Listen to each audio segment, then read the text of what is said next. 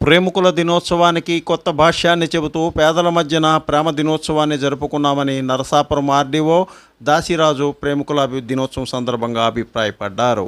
యువకులు జరుపుకునేది కాదని సమాజంలో పేద వర్గాల ప్రజలతో మమేకమై వారి మధ్యన ఈ ప్రేమ దినోత్సవం జరుపుకోవడం ఆనందంగా ఉందని ఆయన పేర్కొన్నారు. శుక్రవారం నాడు పశ్చిమ గోదావరి జిల్లాలో ప్రేమికుల దినోత్సవాన్ని పురస్కరించుకొని నరసాపురంలో సబ్ కలెక్టర్ కార్యాలయంలో ఆయన మాట్లాడారు. సుబ్రహ్మణ్యం, స్ఫూర్తి న్యూస్, నరసాపురం. జరిగింది. ఇప్పుడు మరి నేను 2015 నుంచి కూడా ఇక్కడ పాలకొల్లో పనిచేస్తున్నప్పుడు ఇలా మొదలుపెట్టాము. అప్పుడు లెప్రసీ పేషెంట్స్తో మొదలుపెట్టడం జరిగింది.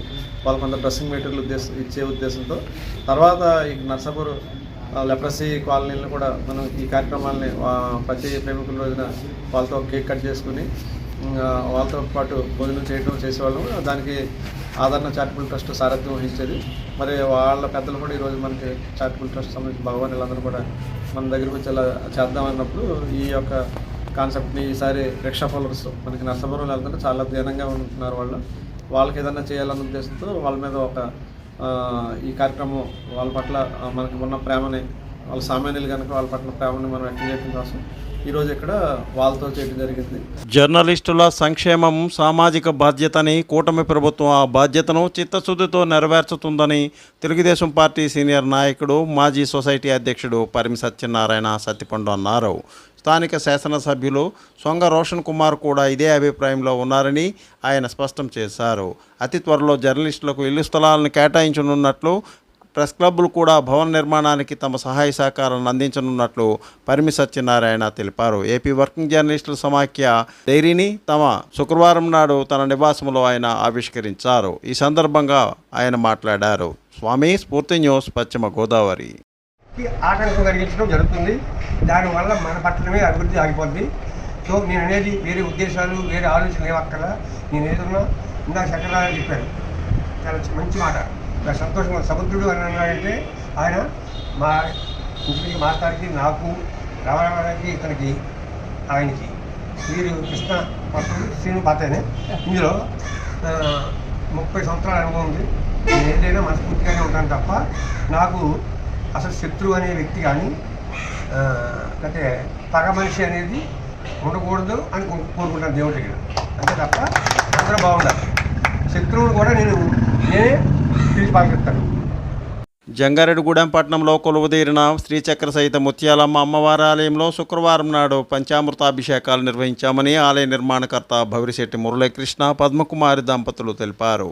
ప్రధాన అర్చకులు విజయ్ శర్మ ఆధ్వర్యంలో అమ్మవారికి అభిషేకాలు నిర్వహించామని ఆయన వివరించారు. అమ్మవారి దర్శనం కోసం ఆలయానికి విచ్చేసిన భక్తులు ఉదయం నుంచే ప్రధాన అర్చకుల నేతృత్వంలో పంచామృత ఏకవార రుద్రాభిషేకాలు నిర్వహించడం జరిగిందని పద్మకుమారి, మురళీకృష్ణ దంపతులు తెలిపారు. అమ్మవారి ఆలయంలో 22 రకాల సూర్య, చంద్ర, కుంభ నక్షత్ర కర్పూర హారతులను అర్చకులచే సమర్పించినట్లు ఆయన తెలిపారు. అమ్మవారి మూల విరాట్ను దర్శించుకొని భక్తులు ప్రత్యేక పూజలను నిర్వహించారని ఆయన చెప్పారు. స్వామి, స్ఫూర్తి న్యూస్, పశ్చిమ గోదావరి.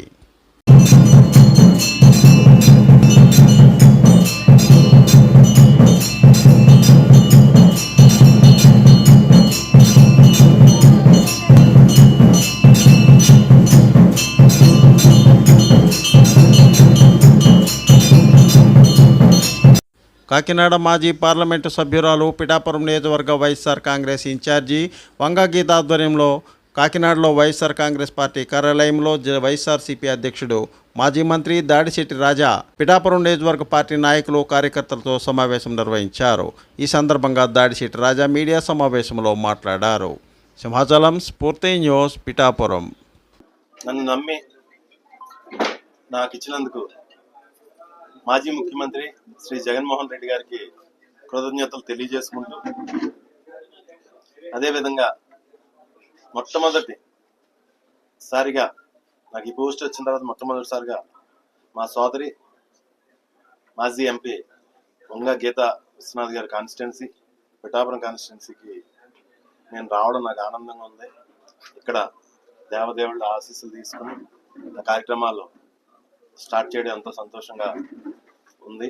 అదే please like, share, subscribe our channel.